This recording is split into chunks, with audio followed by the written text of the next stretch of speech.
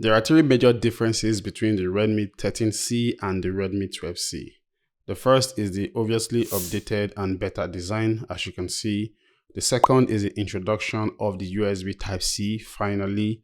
And of course, the third is the fact that the fingerprint sensor has been moved from the back to the side. Hello, and welcome to my review of the Redmi 13C.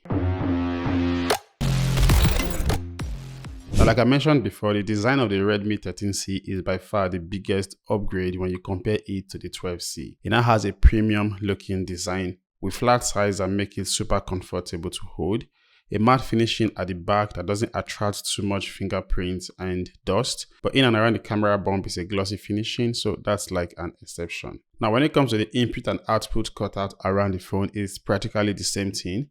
Under it, we have the down-firing speakers that are not stereo speakers. We have the USB Type-C finally, and of course the microphone. At the top is a 3.5mm headphone jack, while at the right side we have the volume rocker buttons, and right under it is the lock and unlock button that also does as the fingerprint sensor. And lastly, on the right is a SIM card tray that houses dual nano SIM cards, and of course a space for external memory card that can support up to 256 gig. For internal memory, my device is 128 gig along with 4 gig of RAM that I can decide to extend to 6 gig if I want to. All of these I got for a little below $100, actually 98,000 naira. Now switching over to the display, it's a 6.74 inches IPS LCD display with a 720 by 1650 pixel resolution. The only difference between this display and the Redmi 12C is that we now have a 90Hz refresh rate and a 680 nits of peak brightness as against the 60Hz and the 500 nits that we have before. So that means if you're viewing video content on this device or you're scrolling through your social media feeds, you definitely have a little better user experience when you compare it to the Redmi 12C. Still no water and dust resistance, so you don't want to get this phone close to water in any way. For battery, it is the same 5000 mAh battery, which is good enough to last you a day and more depending on your usage. However, you want to take note and not use your battery too low before charging because it comes with a 10 watts charger that could take you up to 3 hours to get this phone back to 100%. I guess this is the type of phone you just plug and you go to bed, you wake up in the morning and it's full. Now, another place you will definitely not see any upgrade is in the performance. It comes with the same MediaTek Helio G85 processor that we have in the Redmi 12C.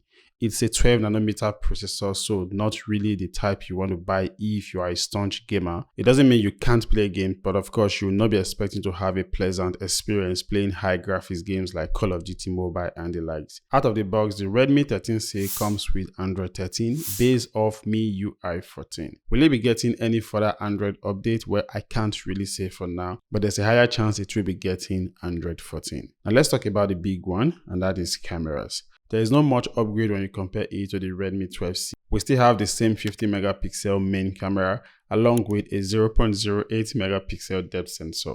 Of course, now we have a 2 megapixel macro cameras. Now you wouldn't expect so much from the camera of this phone considering the price point. So here are some pictures I took with it. Let me know what your thoughts are in the comment section below. For selfie, we have a little bump from 5 megapixel of before to 8 megapixel. So here are some selfies I took with it. Let me know what your thoughts are in the comment section below. For videos, both the front and the back can shoot at maximum 1080p at 30 frames per second. There is no form of stabilization at all, which you wouldn't expect at the price point with which this phone is coming. And for the front camera, it's a 5 megapixel sensor that can shoot at maximum 1080p at 30 frames per second. And what do you think about the quality of the video? Let me know your thoughts in the comment section below, and thank you. So considering everything that we said, would you consider the Redmi 13C a good buy at that price point? Well, for me, the answer is yes. I mean, you're getting a very well designed phone. You're getting a 50 megapixel camera. You're getting a screen with Corning Gorilla Glass protection that refreshes at 90 Hz. There isn't really much you want to ask for at that price point. However, let me know your thoughts in the comment section below, and of course, if you enjoyed this review, give it a thumbs up so that every other person gets to see it. And if you are still watching up to this moment, then nothing stops you from subscribing to the channel so that you get to see more videos like this one. Thanks so much for watching. I'll see you in my next video.